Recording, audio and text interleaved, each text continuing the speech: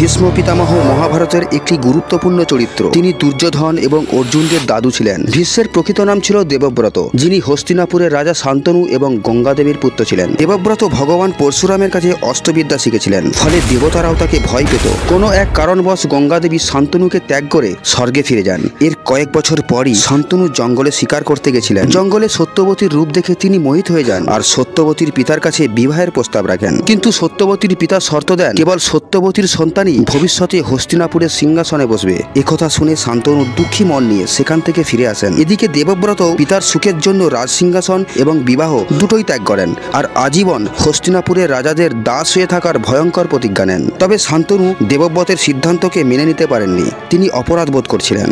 পিতার প্রতি পুত্রের প্রেম, শ্রদ্ধা এবং ভীষণ প্রতিজ্ঞার কারণে শান্তনু তাকে ভীষ্ম উপাধি দেন। সেই সঙ্গে তাকে ইচ্ছামৃত্যুর বরদান করেন। এই প্রতিজ্ঞার কারণেই ভীষ্ম পিতামহ কৌরবদের পক্ষে লড়াই করে।